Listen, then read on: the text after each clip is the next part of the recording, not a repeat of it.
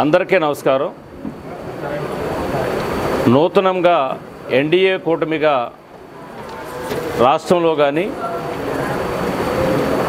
లేకపోతే వివిధ నియోజకవర్గాల్లో కానీ ప్రభుత్వం ఏర్పాటు చేసిన తర్వాత అధికారులతోటి ప్రజాప్రతినిధులతోటి ఒక పరిచయ కార్యక్రమం అనేటువంటి దాన్ని పెట్టుకొని నియోజకవర్గంలో కానీ మండలాల్లో కానీ గతంలో జరుగుతున్నటువంటి పని విధానం గురించి కానీ ఇక్కడ ఉన్నటువంటి సమస్యల గురించి కానీ జరిగిన ప్రోగ్రెస్ గురించి కానీ పెండింగ్ ఉన్నటువంటి విషయాల మీద అధికారులతోటి పరిచయ కార్యక్రమం పెట్టుకుని దాని ద్వారా కొంత రివ్యూ జరుపుకొని మరింత ముందుకు వెళ్ళాలని చెప్పి ఉన్న ఒక తలంపుతోటి ఈరోజు మొట్టమొదటిసారిగా కొవ్వూరు నియోజకవర్గంలో రీసెంట్గా మున్సిపాలిటీలో రివ్యూ జరపడం జరిగింది.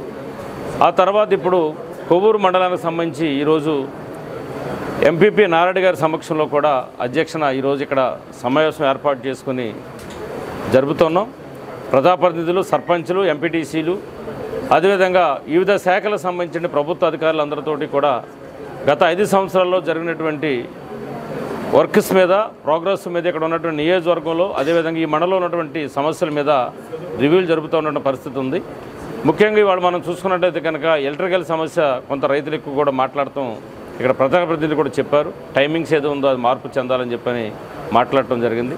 పంటలకు సంబంధించిన నీరు కానీ ఈ మధ్యకాలంలో ఇదే మండలానికి సంబంధించిన కుమారదేమలో కూడా ఎత్తిపోతల పథకానికి సంబంధించిన కూడా మనం అక్కడ ఈ నియోజకవర్గంలో చిన్న ఎత్తిపోతల పథకం దానికి సంబంధించినటువంటి అవి 5 ఉన్నాయి. దాంట్లో మనం ఇక్కడ ఒకటి మనం 2 ఓపెన్ చేసుకోవడం కూడా జరిగింది.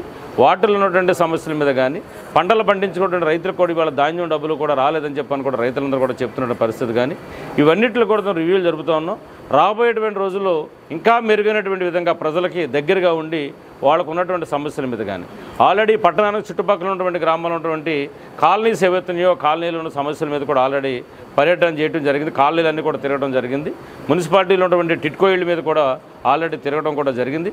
ఇవన్నిటిని కూడా పర్యవేక్షణ చేస్తూ తిరుగుతూ అక్కడ ఉన్నటువంటి సమస్యలు గతంలో ఎంతవరకు పనులు జరుగుతూ ఉన్నాయి, ఎంతవరకు ఆగిపోయి ఉన్నాయి, మళ్ళీ తిరిగి వాటిని ప్రోగ్రెస్లోకి తీసుకురావాలంటే సంబంధిత శాఖ అధికారులతో మాట్లాడి వాటిని రివ్యూ చేసుకుని ముందుకెళ్లాలని చెప్పిన తలంపుతోటి ఒక రైతులకు కానీ మహిళలకు కానీ లేకపోతే బడుగు బలహీన వర్గాలకు సంబంధించిన కానీ అదేవిధంగా అధికారులకు కూడా ఎవరికి ఎటువంటి ఇబ్బందులు లేకుండా ఈ యొక్క నియోజకవర్గాన్ని ప్రగతి పదంలో ముందుకు తీసుకెళ్లడం కోసం అధికారులందరితోటి కూడా ఇవాళ రివ్యూలు జరగడం జరిగింది.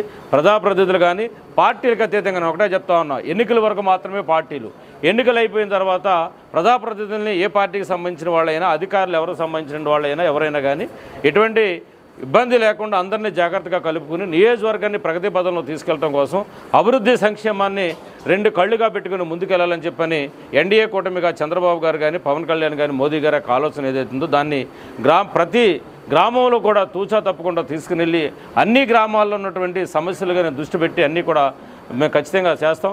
గతంలో 14-19 ఉన్న కాలంలోనే దాదాపుగా సిమెంట్ రోడ్డు అన్నీ కూడా ప్రతి గ్రామంలో కూడా పూర్తి చేయడం జరిగింది. ఆ తర్వాత వచ్చినటువంటి ప్రభుత్వంలోనూ డ్రైన్ల విషయంలో కానీ ఇతర విషయాల్లో కూడా ఎక్కడ కూడా చేసిన పరిస్థితి కూడా లేదు.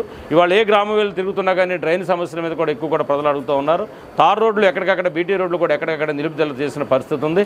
ఆ తాగునీటికి సంబంధించిన ప్రాజెక్టు విషయంలో కానీ అదే కాకుండా కొవ్వూరు పట్టణానికి మంచినీరు సమస్య కూడా బాగా ఎక్కువగా ఉన్నటువంటి పరిస్థితి కానీ గ్రామాల్లో కూడా కనపడుతూ ఉంది.